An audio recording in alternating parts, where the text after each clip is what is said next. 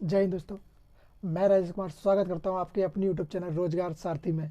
उम्मीद है आप लोग स्वस्थ होंगे। तो जैसा कि आप लोग जान रहे हैं कि हम लोग क्या कर रहे हैं, हम लोग कर रहे हैं हिस्ट्री। और हम लोग किसकी हिस्ट्री कर रहे हैं, हम लोग कर रहे हैं यूपी पुलिस और एसएसजीडी हिस्ट्री। तो चलिए अब हम शुरू करते हैं अपने टॉपिक के बारे में। बात करते हैं टॉपिक पे। हम लोग कौन सा टॉपिक कर रहे थे, हम लोग कर रहे थे अब हम जा रहे थे किसकी, गुलाम वंश के बारे में। गुलाम वंश में हम लोग कहाँ तक आ चुके थे, गुलाम वंश में हम लोग इल्तुतमिश तक पढ़ चुके थे। अब हम इल्तुतमिश से आगे जो शासक आए हैं, जैसे मैंने आपको बताया था गुलाम वंश में टोटल शासक कितने रहे हैं, गुलाम वंश में टोटल शासक 11 रहे हैं। ओके, तो 11 शासकों में से कौन कौन से शासक हम पढ़ चुके हैं, इल्तुतमिश तक हम लोग आ चुके हैं। जैसे कौन सा था, कुतुबुद्दीन ऐबक, उसके बाद फिरोज शाह, फिर आराम शाह, फिर उसके बाद आया कौन, इल्तुतमिश। अब हम जानेंगे इल्तुतमिश के बारे में कि इल्तुतमिश के बारे में हम लोग जान चुके, सॉरी इल्तुतमिश के बारे में बोल रहा हूँ। हम लोग जानेंगे रजिया सुल्तान के बारे में, जो किसकी पुत्री है, रजिया सुल्तान इल्तुतमिश की बेटी है। ओके, अब हम इसके बारे में जानेंगे कि कैसे ये शासिका बनी, किसने इसको शासिका बनाया, और कैसे एक मुस्लिम महिला पहली बार दिल्ली सल्तनत की गद्दी पर बैठेगी, और कैसा कैसे इसने शासन किया, इसका विरोध भी बहुत सारा हुआ है।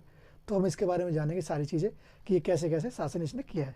तो देखिए आज जैसा कि आप लोग देख रहे हैं टॉपिक पे, और स्वस्थ रहिए, मेरी तरफ से ये दुआ है क्योंकि मौसम अभी ख़राब चल रहा है, वैसे ही सर्दी बहुत ज़्यादा हो रखी है। तो सबसे पहले अपने आप को स्वस्थ रखिए। ओके, कपड़े अच्छे से पहन के रखिए, गर्मी नहीं है भाई, सर्दी है तो सर्दी वाले कपड़े पहन के रखिए। ओके, चलिए बात करते हैं टॉपिक पे। आते हैं टॉपिक क्या, अपना अपना टॉपिक है रजिया सुल्तान। ओके, क्या टॉपिक है अपना, रजिया सुल्तान। अब हम पढ़ रहे हैं रजिया सुल्तान के बारे में। तो रजिया सुल्तान का शासनकाल कब से कब तक रहा है, रजिया सुल्तान का शासनकाल कब से कब तक, 1236 से लेके 1240 के बीच में। कितने वर्ष, लगभग 4 वर्ष का शासनकाल रहा है, ज़्यादा लंबा शासनकाल नहीं है। कितने, 4 वर्ष का शासनकाल रहा है। ओके, बोल सकते हैं इसका सबसे छोटा शासनकाल रहा है रजिया सुल्तान का। और सेम उसका भी था, क्या बोलते हैं, कुतुबुद्दीन ऐबक का, उसका भी 4 वर्ष का था। ओके, 1206 में आया था, 1210 में उसकी मृत्यु हो गई थी। कैसे मृत्यु हुई थी, घोड़े से गिरकर। क्या खेल रहा था उसमें, चौगान या चौगास। ओके, जिसको हॉकी, घोड़े के ऊपर बैठ के हॉकी से बॉल को मारना होता है, आप लोगों ने देखा भी है, जिसको हम पोलो बोलते हैं। ओके, तो वो खेल खेलते समय उसकी मृत्यु हो गई थी। ओके, अब बात करते हैं रजिया के बारे में। तो रजिया का जैसे कि कितने वर्षों का शासनकाल है, 4 वर्षों का शासनकाल है। 4 वर्षों के शासनकाल में इसने इतनी वो झेल ली ना, बोल सकते कि लोगों ने इसका इतना विरोध किया कि ये आय आखिरी पे इसको मार दिया गया था। ओके, तो जानते हैं कि कैसे कैसे इसका हुआ है। आइए बात करते हैं इसके पिता के बारे में। रजिया सुल्तान के पिता का नाम क्या था, रजिया सुल्तान के पिता का नाम था इल्तुतमिश। वही व्यक्ति जो इल्तुतमिश क्या, जिसने 40 अमीरों का ग्रुप बनाया था। ओके, और जिसने ज़मीन देना शुरू किया था, किसके बदले, पैसे ना देके ज़मीन देना शुरू किया था। मैंने आपको बताया था सारी चीज़ें, आपको अगर जाननी है ना तो पिछली वीडियो देखिए, उसमें पता चल जाएगा आपको। ओके, पिछली वीडियो देख लिया अगर, तो अब आगे वीडियो आते हैं ना तो सारी चीज़ समझ में आती है। अगर आपको टॉपिक बाय टॉपिक पढ़ना है तो मैं टॉपिक बाय टॉपिक ही पढ़ा रहा हूँ। अगर ये पहले पढ़ना है तो फिर पढ़ तो लोगे पर चीज़ समझ नहीं आएगी।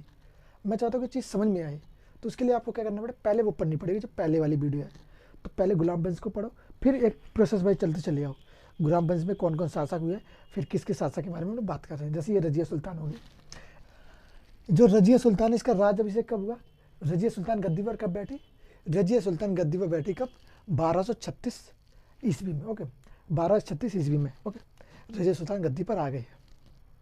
तो जैसा कि मैंने बताया था कब ये गद्दी पर आ गई, 1236 में। किसकी मृत्यु के बाद, पहले इसके पिता की मृत्यु 1236 में, उसके बाद कौन आया, रुकनुद्दीन फिरोज शाह आया। फिरोज शाह के बाद ये गद्दी पर आ गई। फिरोज शाह ज़्यादा, मैंने बताया था कि ये एक अयोग्य शासक था, ज़्यादा कुछ काम करने वाला था नहीं। तो इसलिए फिर जो किसने इसको गद्दी पे बिठाया, जो 40 गुलाम थे ना, या बोल सकते, सॉरी गुलाम बोला, 40 अमीर जो व्यक्ति थे, उनका एक ग्रुप था। उन ग्रुप ने रजिया सुल्तान को क्या बनाया, शासिका घोषित कर दिया। ओके, तो जब इसको शासिका घोषित किया तो क्या हुआ, 1236 में इसको शासिका घोषित कर दिया गया कि भैया अब रजिया सुल्तान यहाँ की शासक रहेगी। कहाँ की, दिल्ली की। ओके, किसकी, डीएल समझ लेना, मैं दिल्ली बोल रहा हूँ। ओके, अब इसके बारे में जानते हैं। यह पहली महिला मुस्लिम शासिका थी। यह जो थी रजिया सुल्तान, ये पहली महिला मुस्लिम शासिका थी जिसने क्या, जिसने दिल्ली सल्तनत की बागडोर संभाली, या बोल सकते मुगल गुलाम वंश की बागडोर संभाली। किसने, रजिया सुल्तान ने, जिसने इस शासन की बागडोर संभाली। ओके, ये क्या था, ये पहली तुर्क के इतिहास की महिला हुई कि पहली तुर्क इतिहास में, तुर्क के पूरे इतिहास में कभी भी कोई महिला या कोई लड़की शासिका नहीं बनी है। तो ये पहली महिला थी जो दिल्ली सल्तनत और तुर्क में भी पहली शासिका थी तुर्क वंश में। ओके, तुर्क इतिहास में पहली शासिका रही है ये। ओके, और ये क्या है, यह पर्दा प्रथा का त्याग कर, जो रजिया सुल्तान थी इसने पर्दा प्रथा का त्याग कर दिया था। पर्दा प्रथा क्या, कि लड़कियां जो होती हैं कि मुंह ढाक के आएंगी या घर के अंदर ही रहेंगी, बाहर नहीं निकलेंगी। तो इसने ऐसे नहीं, जब ये शासिका बन गई तो शासिका बनने के बाद ये बाहर आना शुरू कर दिया इसने, कि अब मैं ये बाकायदा जो अपने राज्य में जो इसकी सभा होती, सभा में जाना चालू किया, लोगों से मिलना चालू किया, और लोगों की तरह, जैसे बोलते हैं पुरुषों की तरह कपड़े पहनना चालू किया, पुरुषों की तरह व्यवहार करना चालू किया। और बोला जाता है कि जब ये आप बोल सकते हैं सभा में आती थी तो अपना मुंह, मतलब एक इसका जो बोल सकते हैं शरीर का स्ट्रक्चर या वो बोलचाल का तरीका बिल्कुल पुरुषों जैसा था, पहनावा इसका पुरुषों जैसा था, कहने का मतलब ये है। ओके, तो क्या पुरुषों की तरह दरबार में आने लगी, जैसे राजा आते थे दरबार में वैसे ही आने लगी दरबार में शासिका बनने के बाद। ओके, इसने क्या किया, कुल्दा और चोगा धारण करने लगी। कुल्दा और चोगा मतलब वही कपड़े वकड़े पहनने लगी। ओके, तो ये चीज़ करने लगी। और क्या है, और क्या है, अल्तुनिया को पंजाब के भटिंडे का एतदार बना दिया। अल्तुनिया जो था एक व्यक्ति था, उसको क्या किया, उसको पंजाब का जो भटिंडा था उसका एतदार बना दिया। किसने बनाया, ये बनाया था इल्तुतमिश ने। इल्तुतमिश ने इसको बना दिया था भटिंडे का एतदार। ओके, किसने बनाया था, इल्तुतमिश ने एतदार बना दिया। ओके, अब ये तो बात होगी इसके बारे में, रजिया सुल्तान के बारे में। अभी और जानते हैं इसकी प्रेम कहानी के बारे में, जैसे मैं अभी आपको बताऊंगा कि इनकी प्रेम कहानी चल रही थी, उसके बारे में जानते हैं। अब जानते हैं और रजिया सुल्तान के बारे में और क्या क्या कार्य हुए इसके लिए और क्या क्या इसने किया। ओके, आ जाइए जल्दी जानते हैं। रजिया सुल्तान ने अपने गुलाम याकुत खान से मोहब्बत की। रजिया सुल्तान जो थी उसने किससे मोहब्बत होगी, अपने गुलाम रजिया, अपने गुलाम किससे, याकुत खान से।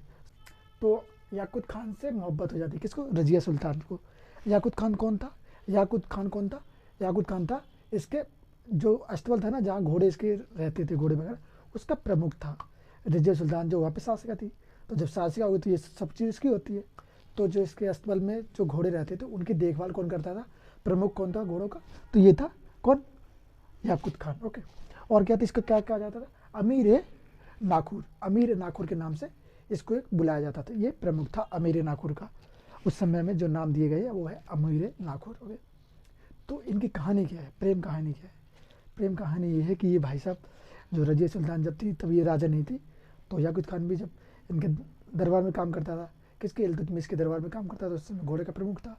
तो इन दोनों में धीरे धीरे ऐसे ही आते जाते समय इन दोनों में प्रेम कहानी हो गई, प्रेम हो गया, बहुत प्रेम चला इन लोगों का, बहुत समय तक ऐसा ही चलता रहा। पर जब एक समय ये रजिया सुल्तान राजा बन गई, तो राजा बनने के बाद तो अलग ही बात हो जाती है ना भाई, वो राजा है और वो अस्तबल का घोड़े वाला प्रमुख, तो बहुत फर्क पड़ता है इन दोनों के बीच में। तो इन दोनों में विवाद हुआ, बातें बहुत आगे गई। फिर आती है बात, एक व्यक्ति हुआ जिसका नाम है अल्तुनिया जो है इसका विरोध करता है, किसका, रजिया सुल्तान का, कि नहीं तुम शासक सही से काम नहीं कर रही है वो है। क्योंकि रजिया सुल्तान को किसने, भटिंडा जो है पंजाब, उसका किसने एतदार बनाया था, किसने, रजिया सुल्तान के पिता ने, जिसका नाम था इल्तुतमिश। तो वो भी वहाँ का शासक था, उस समय एतदार था, तो उसने विरोध किया इसका। तो पहले इसके बारे में जान लेते हैं। ये हो गया इसके, ये प्रेम कहानी इसकी होगी, अभी और बढ़ेगी इसकी प्रेम कहानी। पहले इसके बारे में, इसका विद्रोह किसने किया, इसका विद्रोह था एक तो पहला निजाम उल मुल्क एक जो व्यक्ति, उसने इसका विद्रोह करना चालू किया, नहीं ये शासन ढंग से नहीं करती, ये है वो है, बहुत सी बातें इससे कही इससे। तो इसने शासन जो इसका विद्रोह किया इसने झेला, सुनती रही विद्रोह के बारे में, पर ज़्यादा ही विद्रोह बढ़ गया, फिर और बातें आगे बढ़ी। तो फिर ये एक इसने भी किया भटिंडे का विद्रोह। भटिंडे में कौन था उस समय पंजाब में, वो था अल्तुनिया, वहाँ पे इत्तेदार था, तो इसने भी विद्रोह किया। जब इसने विद्रोह किया तब वो दोनों प्रेम करते थे, ये भी उसको चाहता था, किसको, रजिया सुल्तान को, ये भी चाहता था कि इससे मेरी शादी हो जाए। तो इसने कहा कि या तो तुम मुझसे शादी कर लो या अपना राज दे दो मुझे। उसने कहा कि यार राज दे दूंगी तो फिर मैं क्या करूँगी, बड़ी मुश्किल से ये राज मिला है मुझे, है ना। तो इसने ऐसा कहा, तो उसने कहा तुम मुझसे शादी कर लो, किसने, अल्तुनिया ने। तो इसने, रजिया सुल्तान ने विचार बनाया, यार सही तो है, क्या, एक मिनट रुकिएगा, रजिया सुल्तान ने कहा सही तो यार, क्या आप यही था, प्यार तो इससे हुआ, पर शादी तो इससे कर रही ना, और यहाँ पे हमें राज मिलेगा। तो इसने क्या किया कि अल्तुनिया से शादी कर ली, किसको, याकूत खान को छोड़ दिया और इससे शादी कर ली। याकूत खान रोया बेचारा, बहुत तड़पा। आप लोगों की तरह कुछ लोग आप में भी होंगे, आप लोग भी कुछ होंगे जो किसी, हाँ, उसकी याद में रो रहे होंगे, पड़े होंगे, अपने काम पे ध्यान नहीं दे रहे होंगे। ऐसा होता है, मैं मानता हूँ। तो वो बात अलग है, उसको छोड़ो, अपने फोकस पे काम करो। ये चीज़ तो ऐसी है, आनी जानी है, ज़्यादा समय तक नहीं टिकती है। हाँ, जो सच्चा मिल जाए तो बात ही अलग हो जाती है, फिर बात अलग होती है। अगर टाइम पास है तो छोड़ दो उसको, जाने दो, जा रहा है जाने दो। टाइम पास को मत रखो अपने पास। टाइम पास अपना काम खराब, अपना टाइम खराब करेगा, आपका भी करेगा उससे। इससे बड़े टाइम पास को निकाल, भाई तू जा, तू जा। कोई भी, अगर लड़का है तो लड़का, या लड़की है तो लड़की, भाई तू जा, जाने दे। आते बात करते हैं। तो अल्तुनिया से इसके विवाह हो गया। ओके, जो अल्तुनिया था, यहाँ तक बात होगी। तो अल्तुनिया से इसका क्या हो जाता है, इसका विवाह भी हो जाता है। किसका, रजिया सुल्तान का अल्तुनिया से विवाह हो जाता है। और ये दोनों निगाह कर लेते हैं। जब निगाह कर लिया इन दोनों, फिर आगे बात क्या आई, खूब अच्छे से चल रहा था, घूम रहे थे, फिर रहे थे, कोई प्रॉब्लम नहीं थी। पर एक दिन क्या हुआ, जब ये दोनों जा रहे थे, कौन, रजिया सुल्तान, अब इसने विवाह कर लिया। और जो 40 गुलाम, जो 40 अमीर थे, उन लोगों ने मना किया था कि भाई तुम अभी शासन करोगे, किसी से शादी वगैरह नहीं करोगे। और इसने क्या किया, उन लोगों के खिलाफ जाना चालू कर दिया। किसने, रजिया सुल्तान ने, जो 40 अमीर थे, जिसने इन्हें राजा बनाया था, उनके खिलाफ इसने जाना चालू कर दिया, कि उनके विरुद्ध में, कि ये ग्रुप नहीं चलेगा। ग्रुप को हटाने की कोशिश करी, बहुत से इसने काम किए, जिससे वो 40 लोग क्या हुए, इसके खिलाफ हो गए। उन 40 जब खिलाफ हुए, तो एक दिन ये और अल्तुनिया, जब ये दोनों जा रहे थे, अपनी सैर करने जा रहे थे, घोड़े पर टिक टिक टिक टिक जा रहे होंगे आराम से मौज करते हुए। तो क्या हुआ, जब ये कैथल, कैथल वर्तमान हरियाणा में जब पहुँचे ये, तो कैथल हरियाणा में जब ये पहुँचे, तो वहाँ पे क्या किया, कुछ डाकुओं ने इनकी हत्या कर दी। कुछ डाकुओं ने मिलकर इन दोनों की हत्या कर दी। किसकी, रजिया सुल्तान और इल्तुतमिश की, सॉरी, अल्तुनिया की। ओके, इन दोनों की हत्या कर दी, डाकुओं ने हत्या कर दी। कहाँ पे, हरियाणा में, जहाँ कैथल। ओके, दोनों की हत्या कर दी। उसके बाद अब हम जानते हैं कब्र कहाँ है। रजिया सुल्तान की कब्र कहाँ बनाई गई है, रजिया सुल्तान की कब्र बनाई है बाबू, बाबू लिखन, लिखना, बाबू लिखना। कहाँ पे है ये, दिल्ली में है। बाबू लिखना में, दिल्ली में है, यहाँ पे इसकी कब्र बनाई गई है। ओके, रजिया सुल्तान की ये कहानी थी। उसके बाद इसका टॉपिक खत्म हो जाएगा, फिर और जानेंगे इसके बाद कौन सा सगाया। यहाँ तक ही रजिया सुल्तान की कहानी, क्योंकि 40 हो गया। कब इसकी मृत्यु हुई, 25 दिसंबर 1240 को इसकी मृत्यु हो चुकी। कौन कौन की, इसकी और प्लस किसकी, अल्तुनिया की, दोनों ही खत्म हो गए। अब इससे आगे जानते हैं कि रजिया सुल्तान के बाद कौन सा शासक आया। उसके बाद जो शासक आएंगे वो कमजोरी होते चले जाएंगे, फिर उसके बाद दूसरा वंश चालू हो जाएगा। ओके, जानते हैं। आइए दोस्तों, हम बात कर रहे थे किसकी, हम बात कर रहे हैं आराम शाह के बारे में। तो हम पहले किसके बारे में कर चुके हैं, हम लोग कर चुके हैं, रजिया सुल्तान वगैरह के बारे में बातें कर चुके हैं। अब हम करेंगे बात आराम शाह के बारे में, कि आराम शाह कौन था, कैसे कैसे ने कार्य किए। आइए, जैसा कि आप बोर्ड पे देख रहे हैं, आराम शाह, आराम शाह, इसका शासनकाल कब से कब तक रहा है, इसका शासनकाल रहा है 1240 से लेकर 1242, लगभग 2 वर्ष का शासनकाल। कितने वर्ष का, 2 वर्ष, बस 2 वर्ष का शासनकाल रहा है किसका, आराम शाह का। आराम शाह का जो पिता है, उसका पिता का नाम क्या था, आराम शाह के पिता का नाम है क्या, इल्तुतमिश। क्या नाम है उसके पिता का नाम, इल्तुतमिश है। आराम शाह के पिता का नाम क्या है, इल्तुतमिश। ओके, और क्या है इसके बारे में, और है मंगोलों का आक्रमण। जब ये आराम शाह शासक था तभी, सॉरी, आराम शाह बोल रहा हूँ, बहराम शाह, बहराम शाह जब शासक था तो इसके ही शासन के समय एक आक्रमण हुआ है। किसका, मंगोलों का आक्रमण। इसके समय मंगोलों का आक्रमण हुआ था। और ये आक्रमण कहाँ पे हुआ था, ये दिल्ली पे हुआ था।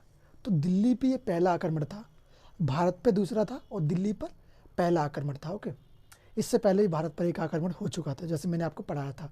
ओके, तो ये कौन सा, ये दूसरा आक्रमण था। कौन सा, मंगोलों का दूसरा आक्रमण, किस पे, भारत पे। ओके, अब बात करते हैं, एक इनके यहाँ पे एक व्यक्ति बनाए जाते थे, जिसका नाम क्या था, नायाब ममलुक। नायाब ममलुक नियुक्त करे जाते थे एक व्यक्ति को। तो जो नायाब ममलुक था, वो किस व्यक्ति को नियुक्त किया गया था, वो था एतगीन। एक्दीन एक व्यक्ति था, एक्तगीन, एतगीन को नियुक्त किया गया था ममलुक शाह। तो एतगीन को क्या हुआ कि एक दिन किसने, बहराम शाह ने एतगीन की, इसकी हत्या करवा दी, इसको मरवा दिया। इसके बारे में ज़्यादा कुछ है नहीं, जितना बहराम शाह के बारे में जो मैंने आपको बता रहा हूँ इतना ही है, और ज़्यादा कुछ जानने के लिए है नहीं। पेपर पॉइंट ऑफ व्यू से सिर्फ इसके नाम जान लेना इसका, शासनकाल जान लेना बस, ज़्यादा कुछ जानने के नहीं। ये जान रहा कि अगर पूछा जाए कि दूसरा मंगोलों का दूसरा आक्रमण किसके समय पर हुआ, तो आप लोगों को याद रखना कि मंगोलों का दूसरा आक्रमण किसके, बहराम शाह के समय पर हुआ है। ओके, और कुछ चीज़ें आपको जानने की जरूरत नहीं है ज़्यादा। ओके, अब आते हैं नीचे। अब बहराम शाह के बाद कौन आएगा, बहराम शाह के बाद आएगा मसूद शाह। कौन आएगा, बहराम शाह के बाद आएगा मसूद शाह। मसूद शाह का शासनकाल कब से कब तक रहा है, 1242 से लेके 1246। कितने वर्ष का, 4 वर्ष का शासनकाल रहा है इसका। ओके, 4 वर्ष का इसका शासनकाल रहा है। इसने कितना शासन किया, लगभग 4 वर्ष तक। ओके, इसके बारे में कुछ नहीं है। ये इसका पिता का नाम क्या था, इसका पिता का नाम है रुकबुद्दीन फिरोज शाह। ये इसके कौन है, ये है इसके फादर। ओके, इसके कौन है, फादर है ये, मतलब इसका पिता है कौन, रुकबुद्दीन फिरोज शाह। अब हम जानेंगे नसरुद्दीन फिरोज शाह के बारे में कि ये एक ऐसा व्यक्ति, एक ऐसा शासक रहा है जिसने क्या किया, जिसने अपना जीवन यापन कैसे किया, जिसने अपना जीवन यापन टोपी सीकर किया है। और इसके ही दरबार में एक व्यक्ति हुआ है जिसका नाम है बलवन। बलवन, जो बलवन है वो अपनी पुत्री की शादी किससे कर देगा, वो अपनी पुत्री की शादी किससे, नसरुद्दीन शाह से कर देगा। फिर वो किस लिए करता है शादी, शासन हथियाने के लिए। हम लोग जानेंगे अब इसके बारे में, आगे चलते हैं फिर जानते हैं। आइए अब जानते हैं नसरुद्दीन महमूद के बारे में कि नसरुद्दीन महमूद कौन था, कैसे कैसे इसने जीवन यापन किया। जैसे मैंने आपको बताया था कि नसरुद्दीन महमूद ने अपनी टोपी सीकर जीवन यापन किया है। और ये किसका पुत्र था, ये पुत्र था किसका, इल्तुतमिश का। ओके, तो इल्तुतमिश के बहुत सारे पुत्र हुए हैं, जैसे इल्तुतमिश का पुत्र ये हो गया, बहराम शाह था, है ना, रजिया सुल्तान हो गई, ये सारे इल्तुतमिश के ही पुत्र थे। ओके, अब जानते हैं नसरुद्दीन महमूद का शासनकाल कब से कब तक रहा है। इसका शासनकाल रहा है 1246 से लेकर 1266 तक, लगभग कितना, 40 वर्ष, सॉरी 20 वर्षों का शासनकाल रहा है। कितने वर्षों का, 20 वर्षों का इसका शासनकाल रहा है। ओके, इसने 20 वर्ष तक किस पे, दिल्ली गद्दी पर राज्य किया है। किसने, नसरुद्दीन महमूद ने। ये किसका पुत्र था, ये इल्तुतमिश का पुत्र था, इल्तुतमिश इसका पिता था। ओके, ये क्या, ये सल्तनत काल का औरंगजेब कहा जाता है इसको। इसको किस नाम से बुलाया जाता है, इसको सल्तनत काल का औरंगजेब भी कहा जाता है, इसको नसरुद्दीन महमूद को। ओके, और क्या रहा है इसके बारे में, टोपी सीकर इसने जीवन व्यतीत किया। ये भाई साहब एक ऐसे व्यक्ति थे जिन्होंने राजा होते हुए भी अपना टोपी सी बेचा और उससे ही अपना जीवन यापन किया। जो टोपी ये सीते थे, बेचते थे, उससे ही अपना जीवन चलाते थे। ऐसा शासक, ऐसा बोला जाता है, ये इतिहासकार लोग बोलते हैं कि ऐसा इसका शासनकाल और इसका व्यतीत जीवन ऐसा था। ओके, तो ये टोपी सीकर अपना जीवन व्यतीत करता था, कौन, नसरुद्दीन महमूद। ओके, सॉरी, इसने किया क्या, नायाब ममलूक, नायाब ममलूक एक व्यक्ति को नियुक्त किया। वो व्यक्ति कौन था, नायब ममलूक जिसको नियुक्त किया वो था बलवन। बलवन को इसने नायाब ममलूक नियुक्त किया। ओके, नायाब ममलूक नियुक्त कर दिया। नियुक्त करने के बाद कुछ समय तक इसका शासनकाल अच्छा चलता रहा। कुछ समय बाद ये जो बलवन था, बलवन को पता नहीं क्या सूझी, बलवन ने अपनी पुत्री की शादी किससे करवा दी, बलवन ने अपनी पुत्री की शादी किससे करवा दी, नसरुद्दीन शाह से करवा दी, सॉरी नसरुद्दीन महमूद से करवा दी। किसने, बलवन ने अपनी पुत्री की शादी या बेटी की शादी इससे करवा दी। इसका शादी करवाने का मेन मकसद क्या था, मेन मकसद आप लोग जानोगे तो कहोगे कि यार क्या मकसद था इसका, है मेन मकसद पता क्या था शादी करवाने का, मेन मकसद था शादी करवाने का इसका राज्य हथियाना, इस राज्य पे, दिल्ली पे शासन करना। किसका, किसका, बलवन का, गयासुद्दीन बलवन। जब हम इसके बारे में बात करेंगे तब इसका पूरा नाम, इसकी सारी चीज़ें हम लोग जानेंगे कि इसका क्या क्या नाम रहा है, इसने क्या क्या प्रथा चलाई, क्या क्या प्रथा खत्म करी, है ना, सारी चीज़ इसके बारे में हम लोग जानेंगे। किसके बारे में, गयासुद्दीन बलवन के बारे में। ओके, ये तो नसरुद्दीन के बारे में जानकारी थी। तो गयासुद्दीन बलवन ने क्यों इसको अपनी बेटी की शादी करवाई, क्योंकि ये इसका शासन हथियाना चाह रहा था। सोचता था कि इससे शादी हो जाएगी, फिर इसको, ये मेरे कब्जे में रहेगा, बेटी तो मेरी है ही, बात मेरी मानेगी, ये भी मेरे कब्जे में आ जाएगा, ये बूढ़ा तो वैसे ही हो चुका है, निपट जाएगा इससे, फिर शासन मैं करूँगा। तो भाई साहब इसने शासन करना, जब इसकी मृत्यु हो जाती है, जब इसका शासन खत्म होता है 20 साल बाद, उसके बाद शासन कौन करता है, उसके बाद गद्दी पे आ जाता है बलवन। फिर बलवन इसकी गद्दी पे हथियाना शुरू करता है, फिर बलवन इस गद्दी पे शासन करता है। अब ये बात होगी पूरे नसरुद्दीन शाह वगैरह वगैरह शासक के बारे में।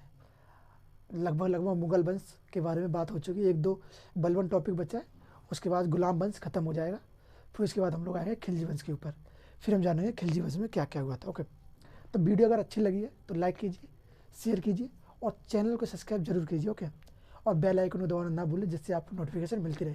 मिलते हैं नेक्स्ट वीडियो में। जय हिंद, जय भारत।